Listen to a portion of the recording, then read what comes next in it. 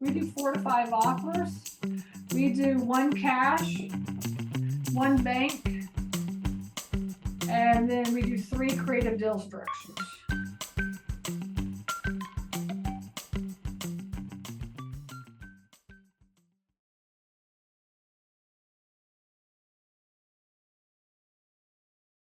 The competitive analysis is going to get you the opportunity, right?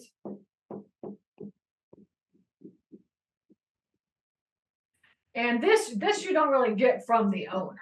Okay, this you just get, but you can ask the owner, what is your vacancy? What's your total square footage? What's your purchase price? What's your unit mix? You can always ask them for expenses, but I mean, essentially, we just run our numbers at a certain percentage for expenses. And then, based on the size of the facility, it's either 30 to, 35% or something like this. Okay. But you could say expenses. But I'm going to tell you, most owners are not going to sit there and give you all their expenses. You should just know that you're running your numbers based on the size of the facility at 30% of your expense. Your income is your expenses, right? And because we want a quick offer. I mean, the truth is you really only need like this much right here. You need vacancy. Oh yeah, total number of units. Total units.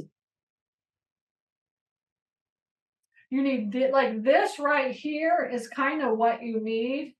If I can get this stuff right here, actually, you really don't even need this. That's not true. Yeah. So if I can get this stuff right here, vacancy, square foot, and total units, I should be able to just give a quick offer, right? And income. Crap, I didn't put income on here. And income.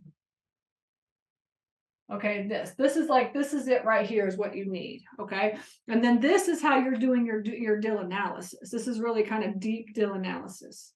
But your vacancy, your income, your square footage, and your total number of units you can get from the owner, right? And then you come up with the purchase price yourself, or they could give you the purchase price, right? And then you figure out what your cap rate is based on where the location is and the type of the population.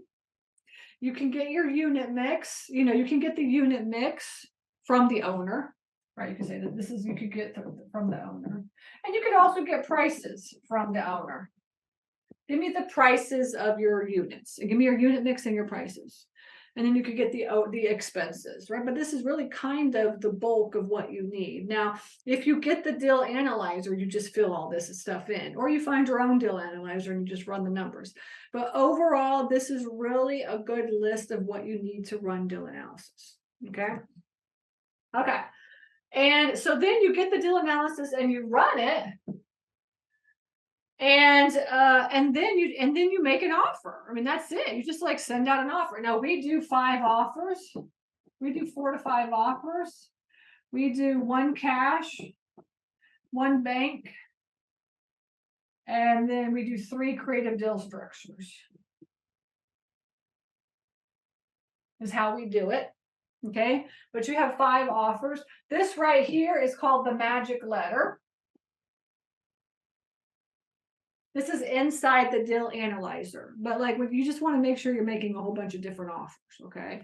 And you just run different scenarios based off of how much money you want to make or how much money the owner wants to make, okay?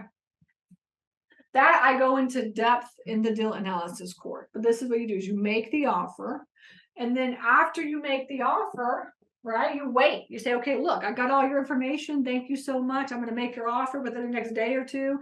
You send over the offer to the owner. The offer looks at it and they say, well, I really want this price, but I am open to some creative deal structures, and so then you negotiate, right? You're negotiating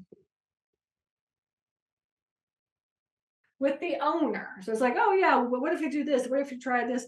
We typically just hop on Zoom and meet, or we go out there and meet the owners and we talk, discuss it. Okay. It's a lot of discussion going back. What do you feel comfortable with? How much money do you want to make? And then does the number work or not? You know what I'm saying?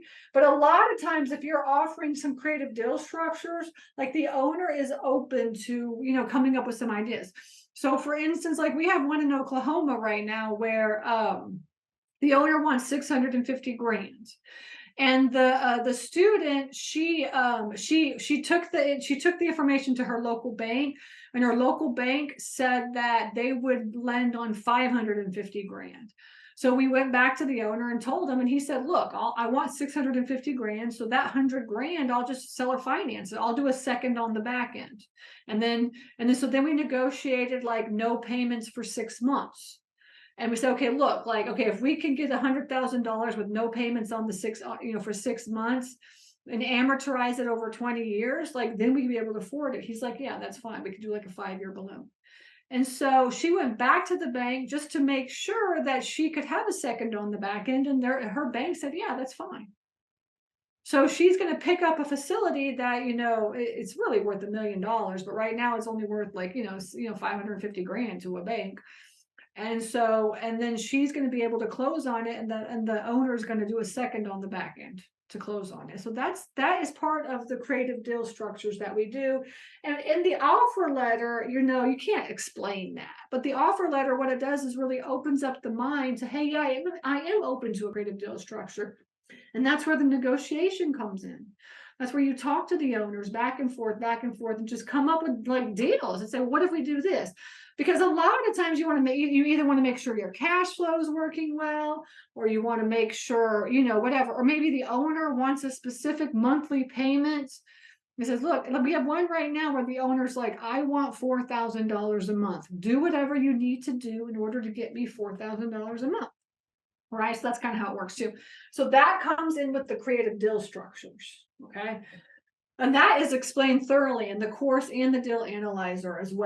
Hey everybody, this is Stacy here. Thank you so much for watching this video. I am here to teach you how to get your foot into this industry. You're watching this video because you want to learn how to get started in self-storage investing, or maybe you own facilities and you want to be a better manager, a better owner. That is what I do, is I teach people how to do that. So please like this video and also subscribe, hit the subscribe button, because that's what YouTube wants. So in order for me to get out the word on how to get started in this industry, I really need your help. Again, I appreciate you listening to me, and I'm here to help you on this journey, and I will see you in the next video. Take care.